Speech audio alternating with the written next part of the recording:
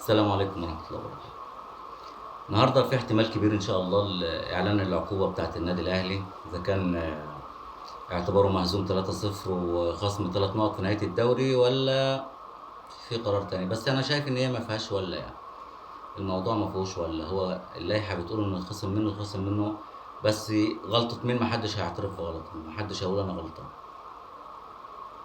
وفي موضوع تاني كده قعدت أفكر فيه امبارح وقُلت نتناقش فيه سوا كده، مش عارف كان يعني ما حدش ركّز على الموضوع أوي يعني، في كام واحد عدّوا عليه مرور الكرام كده، بس ما حدش عدّى فيه أوي. إيه هو؟ طقم الحكام اللي جه واتصوّر في الفندق وفي المطار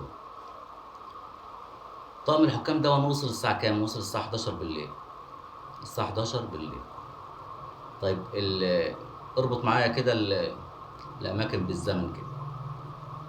وصل الساعة 23:00، يبقى الطيارة اتحركت من السعودية إمتى؟ تقريبًا المسافة من هنا لهناك 3 ساعات.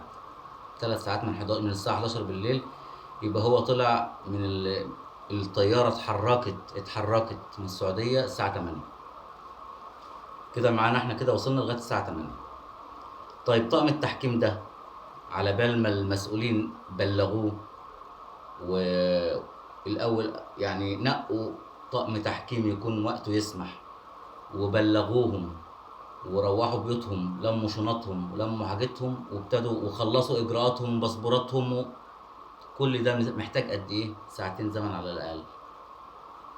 ساعتين زمن على الأقل، وإحنا وصلنا للساعة 08:00، اخصم الساعتين دول من الساعة 08:00 انزل كده، هتبقى الساعة 18:00. طيب المسؤولين اللي كلموا الحكام، مسؤولين عن التحكيم وعن الكورة في السعودية، اللي بلغوا الحكام دول، جالهم اتصال من مين؟ من الدكتور أشرف صبحي. الاتصال ده خد وقت قد إيه؟ ومناقشات قد إيه؟ واتفاقات قد إيه؟ هنقول نُص ساعة يا عم، مش هنقول ساعة ولا حاجة. مش هنقول ساعة، نُص ساعة، من الساعة 18:00 يبقى دي كده الساعة 17:30. 17:30.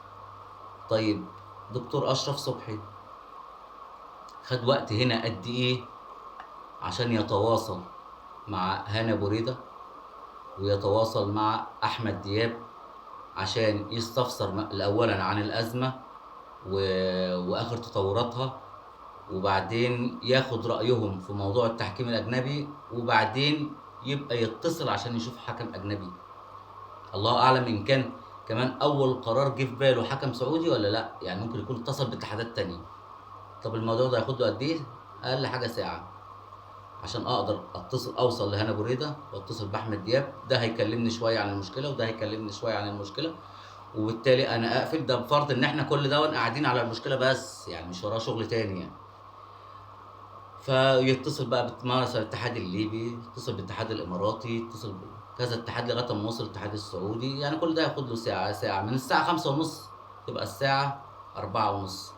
طيب أنت إيه دليلك إن هو كلّم هاني أبو ريدة وكلّم أحمد دياب عشان يوصل يعني يستفسر عن المشكلة ويوصل معاهم لحل ويقول لهم على تحكيم أجنبي، إيه دليلك؟ إيه الدليل إن دكتور أشرف صبحي مش هيدفع للتحكيم ده من جيبه؟ مش هيدفع للتحكيم اللي جاي، الطقم السعودي ده مش هيدفع له من جيبه. مين اللي هيدفع؟ الرابطة. يبقى لازم أتصل بمين؟ ها؟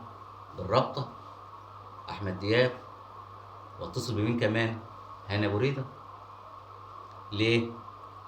لإن ده عايز يعملها بتحكيم مصري وده عايز يعملها بتحكيم أجنبي وأنا باحل المشكلة، فيبقى لازم أتصل بالاتنين، يا جماعة أنا أنت وفّر الفلوس وأنت وافق وأنا هاوفّر لكم الحكم، مش ده الأصول وده الصح وده اللي بيتم في الطرف المسؤول اللي بييجي يحل؟ الشباب والرياضة مش هتتحمّل نفقة تحكيم على حسابها. إذًا إحنا كده وصلنا لغاية الساعة 16:30، إذًا أنت من الساعة 16:00، 16:30 شغّال في حل المشكلة يا دكتور أشرف، من الساعة 16:00 ويمكن قبل كده، بس إحنا اتكلّمنا وحسبنا بالمنطق وبالساعة. الله أعلم أنت لمّا عرفت ابتديت تتحرّك إمتى، دي ما أعرفش، أنا باتكلّم الإجراءات دي تاخد كام ساعة. يعني حضرتك عارف بالموضوع من الساعة 16:00 أو 16:30. عارف الحوار، واتصلت بالاتنين، احمد دياب وهنا بريده.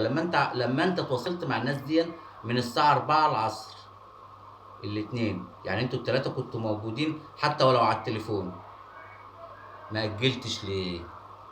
مادام انت خلاص اقتنعت ان انا عايز حكم اجنبي، وابتديت تتصرف عشان تجيبه، ووفرت فلوسه من احمد دياب، وخدت موافقته من هنا بريده، ما اجلتش ليه؟